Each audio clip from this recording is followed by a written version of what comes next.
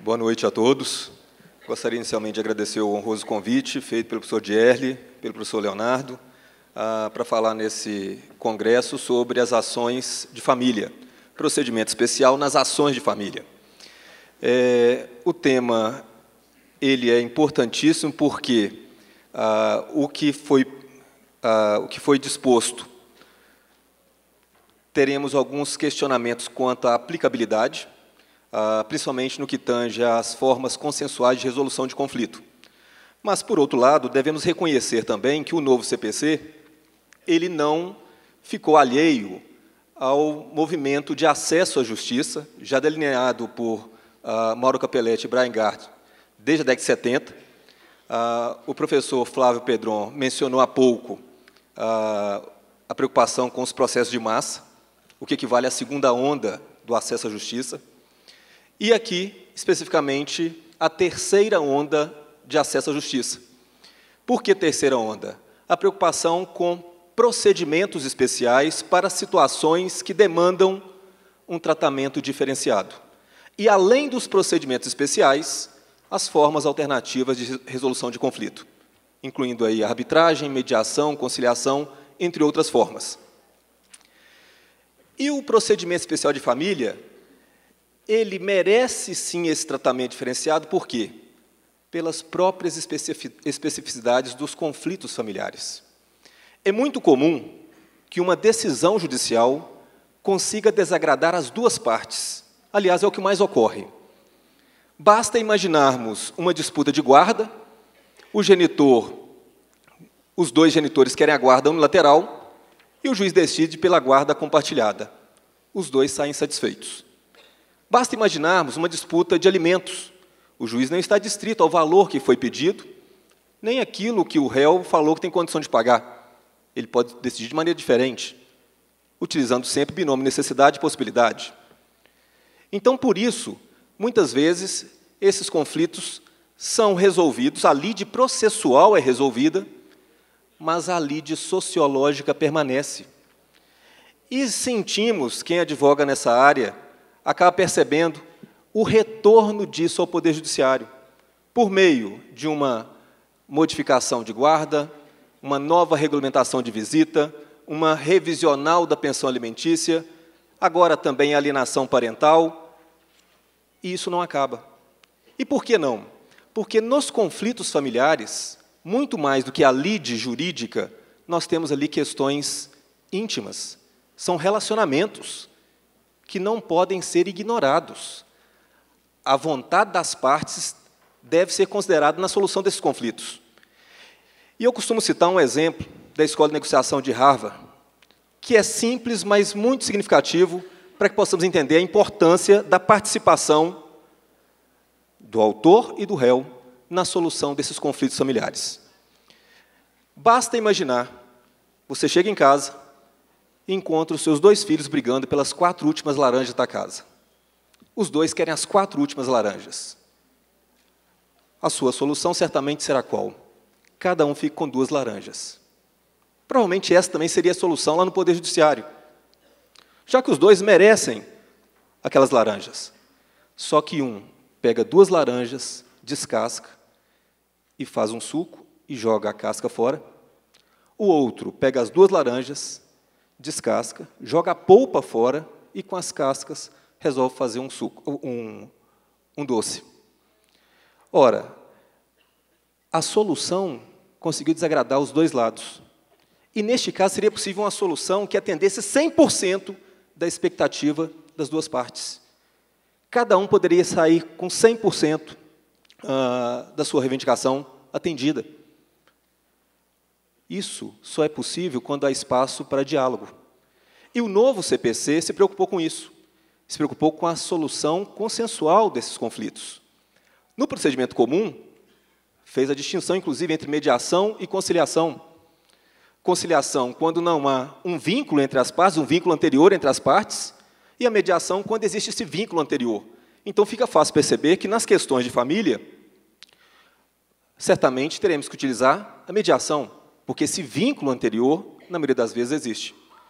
E por que essa diferenciação? Porque são 2 métodos de solução, consensual de conflito. Só que as técnicas são diferentes. O conciliador, ele pode sugerir. Ele pode falar, olha, você está pedindo 100, ele está oferecendo 50, vamos deixar por 80? Acho que fica de bom tamanho. Aqui, nesse tribunal, geralmente as decisões ficam em torno disso. O mediador, então, ele participa. A solução continua sendo das partes, aliás, o conciliador participa, a solução continua sendo das partes, só que ele interfere.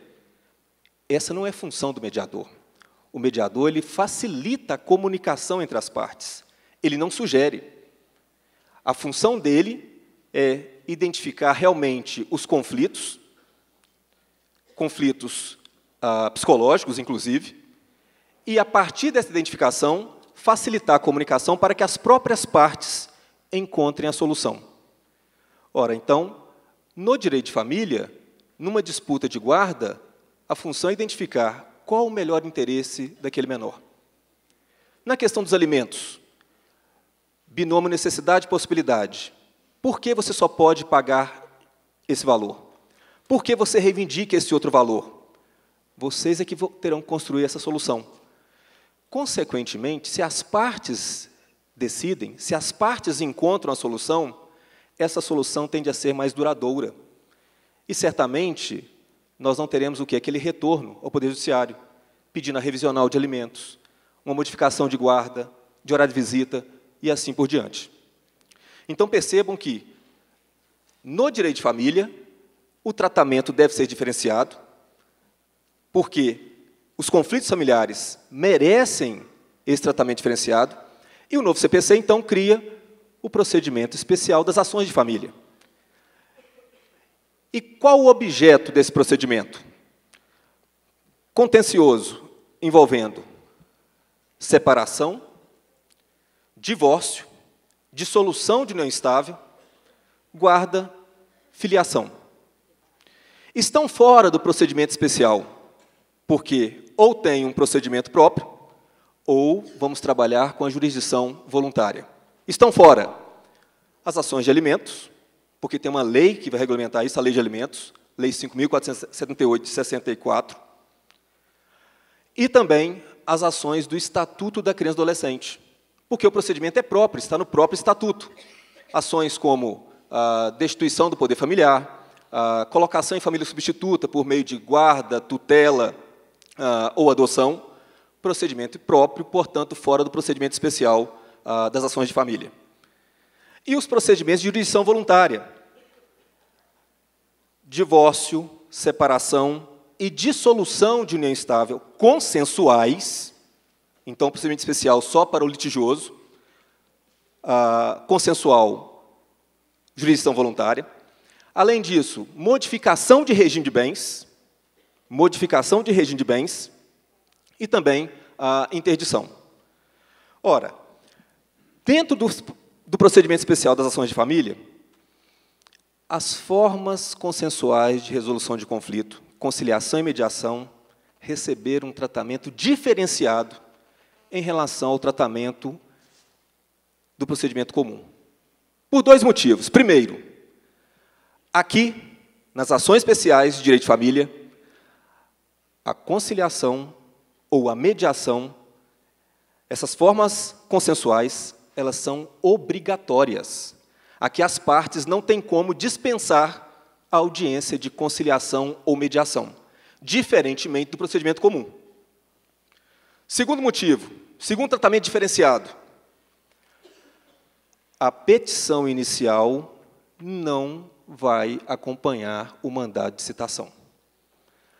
O réu irá ser citado sem a contrafé. Isso por quê? Porque, geralmente, na petição inicial, mais do que questões jurídicas, o autor também apresenta o quê? Questões íntimas daquele casal, questões íntimas daqueles familiares, que certamente irão o quê? Dificultar um acordo, que certamente irão dificultar a resolução consensual desse conflito. Mas aí surge um problema. O seu cliente foi citado, ele sabe apenas que foi marcada a audiência de mediação, ele não tem a cópia da inicial, e aí?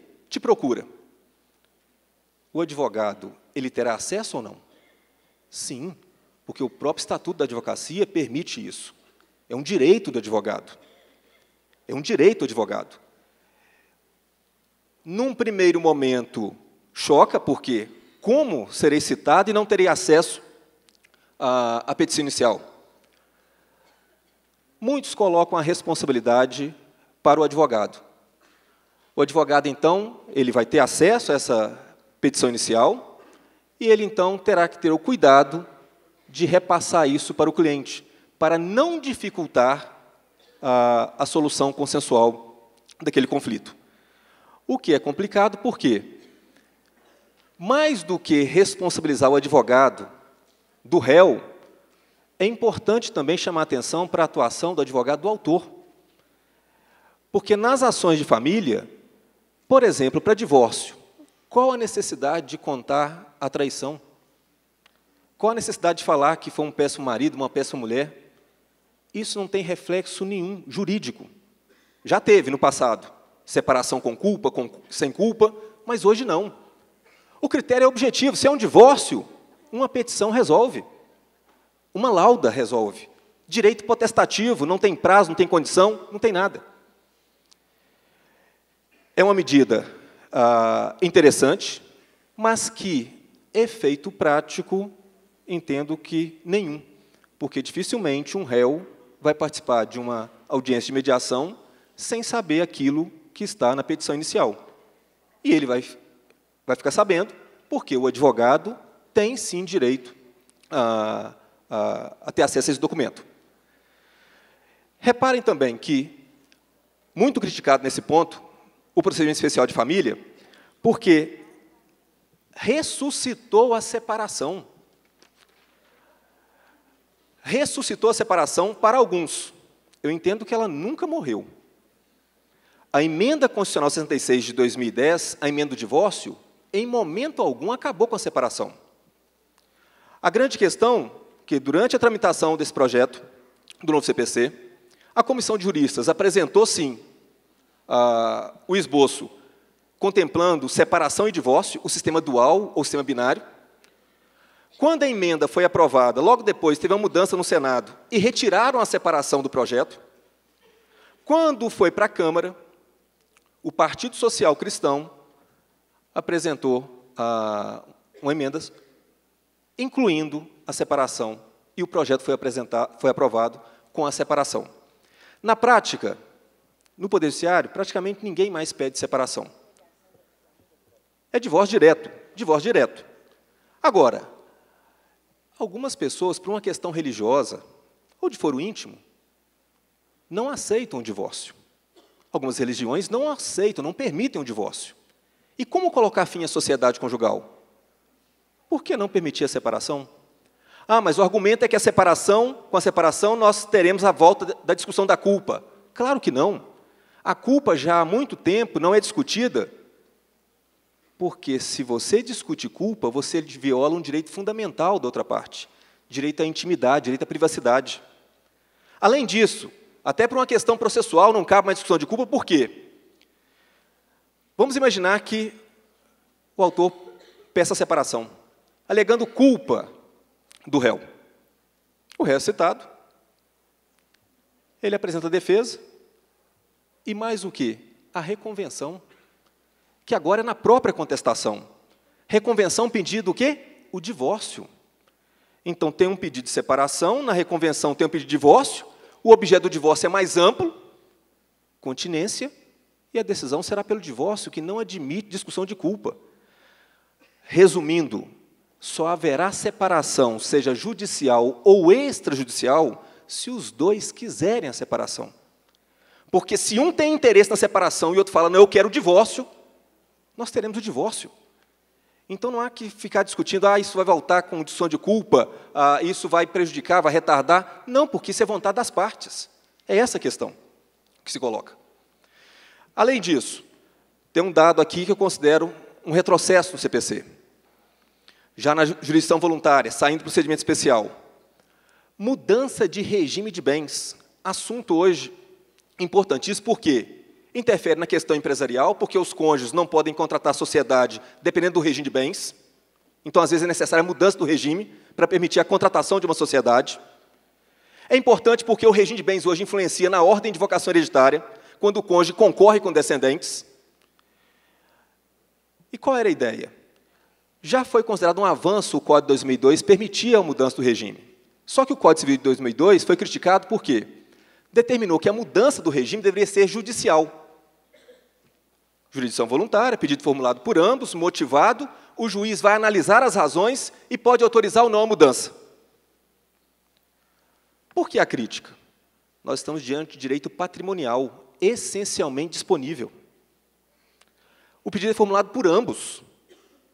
Por que não em cartório de notas? Se o pacto é feito em cartório de notas, por que não a mudança também em cartório de notas? Ah, mas e o terceiro? A própria lei estabelece que o direito do terceiro não será prejudicado, porque a decisão produz efeitos ex nunc. O novo Código Civil, o novo Código de Processo Civil, a mudança do regime continua sendo judicial, procedimento de jurisdição voluntária, só com um detalhe: participação do Ministério Público e publicação de edital, para informar que eles pretendem mudar o regime de bens. Ora, isso é direito patrimonial, essencialmente disponível. Dessa maneira, dependendo da situação, fica mais fácil. Os dois, eles pedem um divórcio consensual em cartório de notas, escritura pública, casa de novo em outro regime, do que estabelecer o quê? Participação do Ministério Público para mudança de regime de bens. Então, um dado importante que deve ser destacado. Além disso, isso aqui vai ter reflexo, por quê? O foro privilegiado da mulher do Código Civil atual não foi recepcionado no novo CPC. Era o que muitos já esperavam, tendo em vista a igualdade já estabelecida pela Constituição, embora alguns ainda defendam que essa igualdade é apenas formal, porque substancialmente existe uma desigualdade ainda entre homens e mulheres. O que interessa é que esse foro privilegiado não existe mais, não existirá com o novo CPC. E qual vai ser o critério? Qual vai ser o critério? Eis a questão. É competente o foro para ação de divórcio, separação, anulação de casamento e reconhecimento ou dissolução de união estável, de domicílio do guardião do filho incapaz. A mulher deixa de ter o foro privilegiado, e o foro privilegiado agora é domicílio do guardião do filho incapaz. Qual é o problema que foi identificado aqui? O novo CPC está trabalhando com critério de guarda unilateral. Em dezembro de 2014, entrou em vigor a Lei 13.058, que modificou o Código Civil e determinou que a regra passa a ser guarda compartilhada. Ora, se a guarda é compartilhada, esse critério aqui de foro privilegiado deixa de produzir efeitos, porque os dois terão a guarda. Ora, dá para se imaginar o quê? A discussão entre guarda compartilhada e guarda unilateral, ela foge aqui ao processo civil. Mas qual deveria ser o referencial aqui para o foro privilegiado? Mesmo que a guarda seja compartilhada, e a guarda jurídica, de fato, ela é compartilhada, porque isso é atribuição do poder familiar, ela não se confunde com guarda alternada.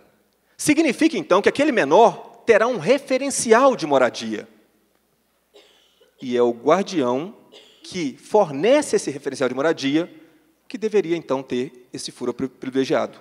E não simplesmente por ser guardião, porque se é guarda compartilhada, ambos detêm a guarda. Então, é um problema que nós precisamos discutir com a entrada em vigor do novo CPC. A outra questão tem a ver com união estável e casamento nas ações de direito real, imobiliário. O Código Civil estabelece que, ressalvado disposto autorização judicial, nenhum dos cônjuges pode, sem autorização do outro, exceto no regime da separação absoluta de bens, alienar ou gravar de ônus real bem imóvel, prestar fiança ou aval, fazer doação, tem que ter autorização do outro.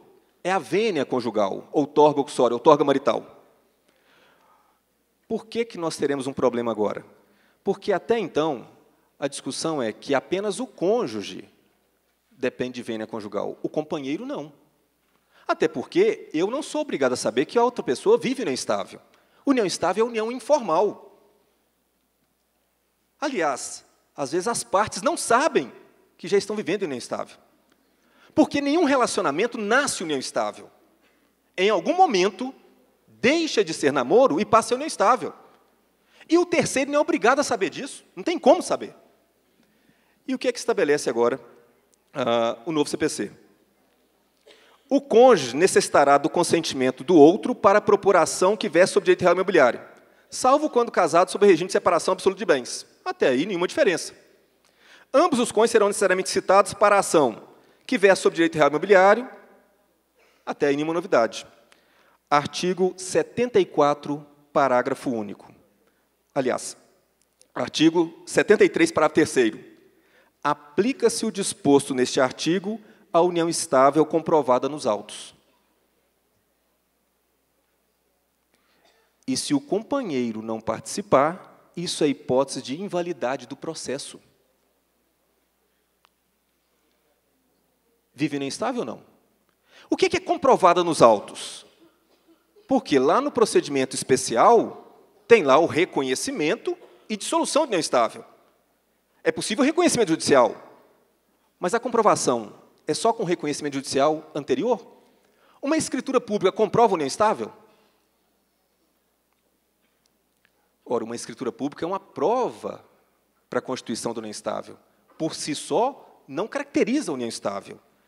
E o terceiro não é obrigado a saber que a pessoa fez uma escritura pública. Quando eu contrato com a pessoa casada, o estado civil de casada produz efeitos erga omnes. O registro informa esse estado civil. Quando eu contrato com um solteiro que vive união estável, essa união estável não produz efeitos erga omnes.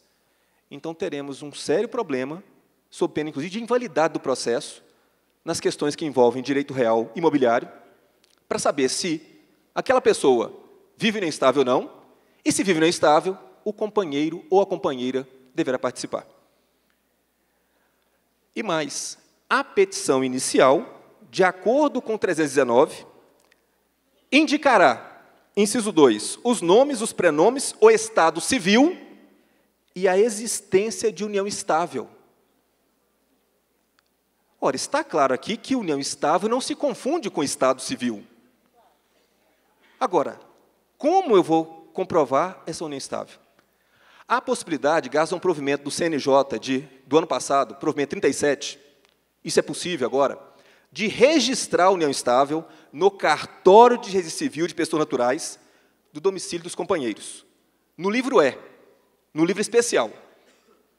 Ora, se há o registro, o oficial, quando faz o registro da união estável no livro E, ele tem a obrigação de mandar para o registro de nascimento das partes essa informação para que seja anotada na certidão de nascimento.